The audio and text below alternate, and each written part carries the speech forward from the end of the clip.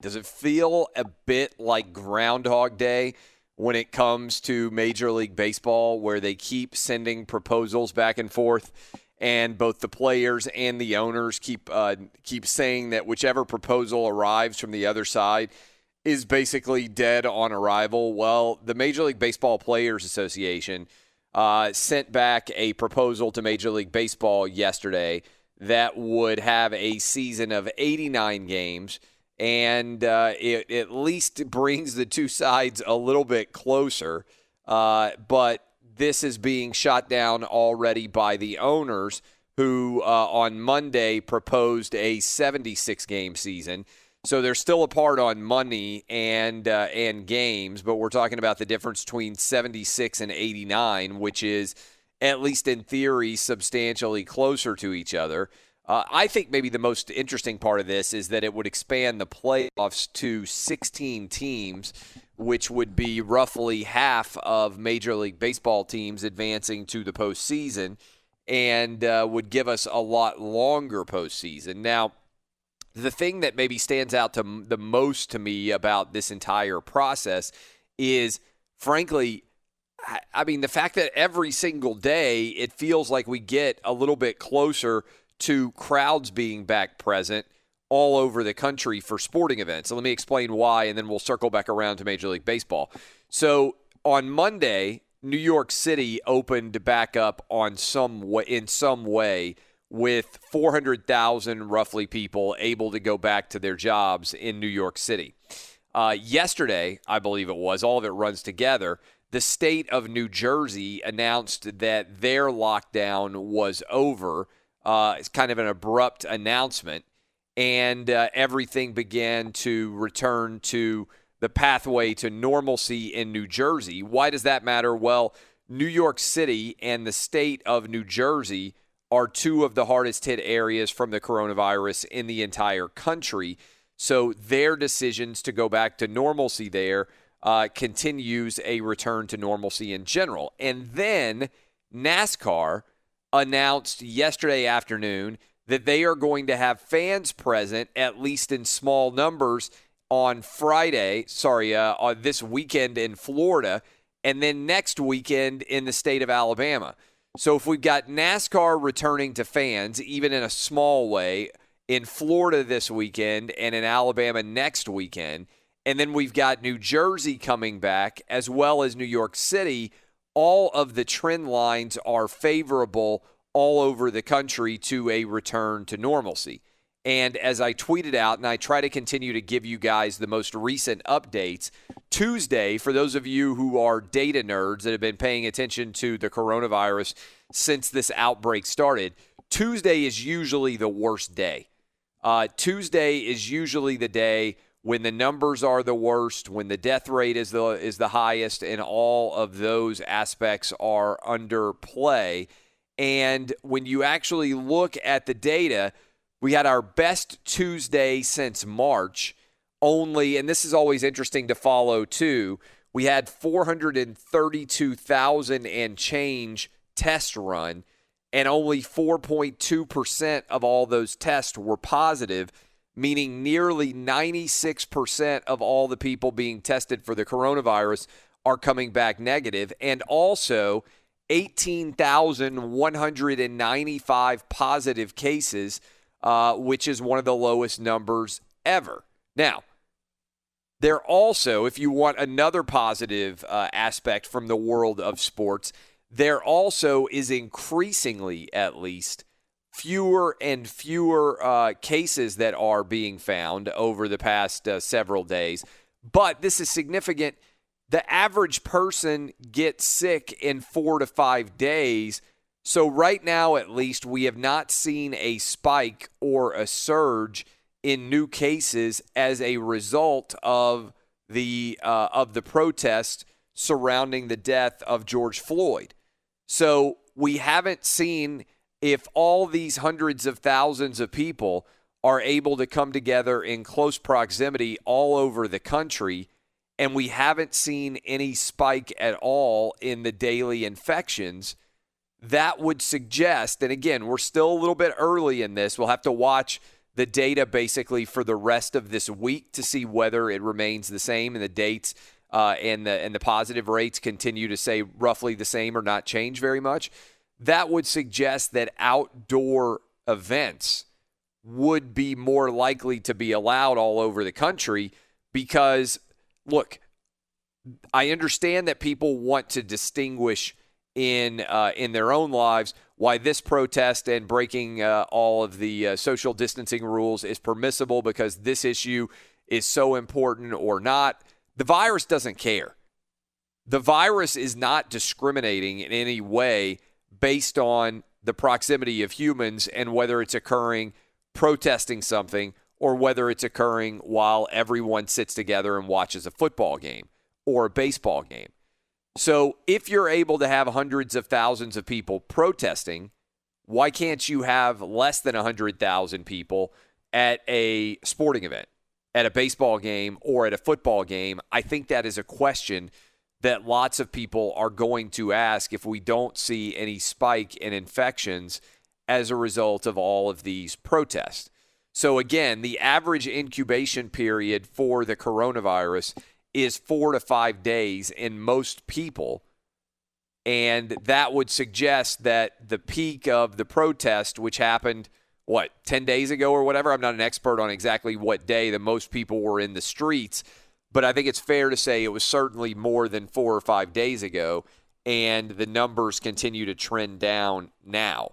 So we will see whether there is any surge as a result of those protests. But if there's not, it's even more evidence for why sporting events could occur with fans present. But in the meantime, Major League Baseball is engaged in the slowest process ever in terms of returning to action. And I got to say, I don't think it's very likely at all. I think the ship has sailed on what should have been, at minimum, the return date, which was July 4th. I think there would have been a heck of a celebration across the country if Major League Baseball had been able to get back by July 4th. And now it seems like mid-July is the new target date for when Major League Baseball will eventually be able to work its way back into the rotation of American sports. And in the meantime, I just feel like the players and the owners continue to bicker and go back and forth. And sometimes when it comes to negotiation, I wonder why we can't just get to the result instead of needing to go through all the different dance and rigmarole of going back and forth with a ton of different offers that both sides know are going to be rejected. Why can't we just get to a legitimate negotiation at the beginning instead of continuing this process for whatever it feels like? I mean, it feels like we've been going back and forth in this process now for months with no real progress, and that doesn't make any sense to me at all. Does it feel like Groundhog Day to you, Danny G? Yeah, because this is exactly how we opened the show yesterday, but talking about a different proposal. I mean, I guess the positive, I guess the positive is they're going back and forth faster with proposals now, and I know there's still a dollar figure difference. Yeah. But the most recent player proposal is 89 games, and I believe the most recent owner proposal is like 76? So we're at least working towards the point where there's only 13 games difference. Maybe they're going to go game to game. Maybe the owners are going to come back with 80, and then the players are going to come back with 84. The whole thing is just ridiculous. They've already done a lot of damage, and there's going to be a couple of ridiculous-looking things come July. We're going to see NBA games that probably should have fans in the stands, with your Biodome solution, but 2 months late. Yep. And then college mandatory workouts could be happening, and there could be no Major League Baseball on the field. So I at this point, it's just so frustrating. I mean, I told you this weeks ago that at this point, I'm sick of Major League Baseball doing this in front of all of us and dragging their feet and being greedy when the rest of the country is suffering with no paychecks. And what were the latest stats for unemployment? So every Thursday we get the latest unemployment numbers, and last Thursday we hit 42 million unemployed. And now the most recent jobs data in a different report showed that people are starting to go back to work. And I think if you want to be optimistic, the hope would be as the states end their lockdowns that tens of millions of people are still going to go back to work because their jobs are still going to exist. So we could have the hope would be a fairly rapid return to work for the majority of those people. But, how many people have lost their jobs permanently? I'm afraid the answer is a substantial number. Yeah, we should make the MLB owners and players read those stats to each other in a closed-door meeting. Would you go to sporting events right now? So I understand that I am in the probably higher level of risk-taking than the average person who's out there. And what I mean by that is I got on an airplane already. I hopped on an airplane, flew down to the beach with my wife, Southwest flight, and I felt completely comfortable doing it. I went to an airport. People who listen to this show know that in the month of May, I went down to the beach in Florida and spent the month of May down at the beach. I was fine going out to restaurants. I was fine I took my kids to Dave & Buster's. I am returning to normalcy in the best way that I can while not being afraid of the virus and not doing, crazy risks, I don't think, but looking at the data and saying, as a younger person who is relatively healthy at the age of 41 with 3 young kids who are also healthy, I'm very comfortable with my immediate family going into our normal returns. Now, I'll give you an example. My 5-year-old is going to gym class, gymnastics. So my wife has him in gymnastics. That's an indoor event. There's other little kids there. I'm 100% comfortable with my 5-year-old going to gymnastics. My kids right now, there are summer camps because so many people out there who are parents and have had their kids home since March are looking for anything they can do to get their kids out of the house and be able to be entertained. My kids are going to a all-day summer camp right now from 9 to 3 at a venue here in Nashville. It's called Impact. It's fantastic. They do great work with them there. But they do gymnastics. They do taekwondo. They do a lot of different fun things all day for kids to be active and just get them out of the house, right? So I am fine with my kids going with other kids to events. I am fine with getting on an airplane. If there were sporting events going on tomorrow, like let's say that there was an NFL game taking place, I'll say this weekend, or if there was a college football game or there's a Major League Baseball game, I would be 100% comfortable taking my kids and my wife to a sporting event. So my question for everybody out there is, in the OutKick universe, what are your thoughts on this? Would you? So I'll start with you, Danny G. Would you go to a sporting event this weekend? Let's say the Dodgers, you're out in L.A. Let's say the Dodgers are playing. Would you go take your girl potentially to a sporting event in L.A.? Would you go to a Dodgers game this weekend? Yeah, I would. As long as I had a mask and my hand sanitizer in my front pocket, I'd be good to go. So your game, Dub, what about you? You're a huge golf fan, for instance. Golf is returning, I believe, tomorrow with the PGA coming back. Would you go to a PGA event? Would you go to an Auburn football game if it was taking place this weekend? Absolutely, 100%. And speaking of traveling, in a couple weeks here, I'm going to be getting on a plane myself and traveling for one of my buddy's bachelor parties. So where are you guys going? We're going to Scottsdale, Arizona, play some golf and sit by the pool, relax. I'm pretty excited about it. But yeah, as far as this weekend, I would 1,000% be going to an Auburn football game if Auburn was playing. No doubt. And this will be the first flight for you that you've been on since the whole coronavirus mess started? That's correct. Yep. First time traveling really anywhere since this whole thing began. How are you going to sanitize the strippers? We haven't gotten that. I think we're going to take a big tub of Purell out with us wherever we go. Are strip clubs open in Arizona? Do we know? I'm going to, I haven't done all my research yet. That's the bachelor party research. Yeah. Drive-through. On top of. Yeah, drive-through. Yeah.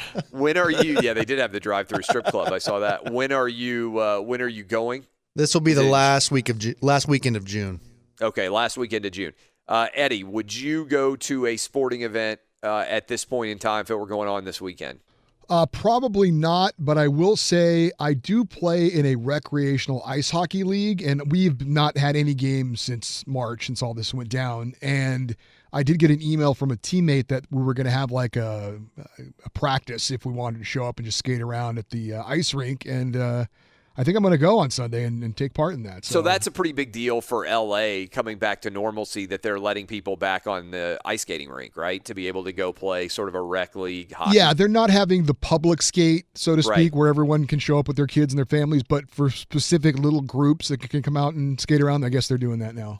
All right, what about you? What about you, Roberto? Would you go to a sporting event this weekend? Oh yeah, Dodger Stadium definitely. I want to take my daughter wherever she wants to go. She really wants.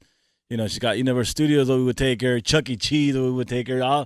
She's missing all those places right now. Dodger Stadium is one of them also. So And you know what I'm talking about. Like, if there are a lot of parents out there who have had their kids since March, and since school shut down in March, and we're now coming up on fairly mid-June. My wife's at double duty right now, man. Since Parents March. are. Yeah. I mean, you start talking about March to mid-June, and kids not having a lot of things to do. Camps coming back online. The still uncertainty about exactly what the school schedule is going to look like this fall. My opinion is all kids all over the country need to be back in school, because we now know there's enough data that kids are not in particular danger from the coronavirus, and also they're not super spreaders. So, question for everybody out there. I'm going to open up the phone lines. Would you go to a sporting event this weekend? It can be your favorite sport. If you're a hockey fan, maybe a little bit different indoors, or basketball fan indoors, but in particular baseball and football, would you go to a sport this weekend?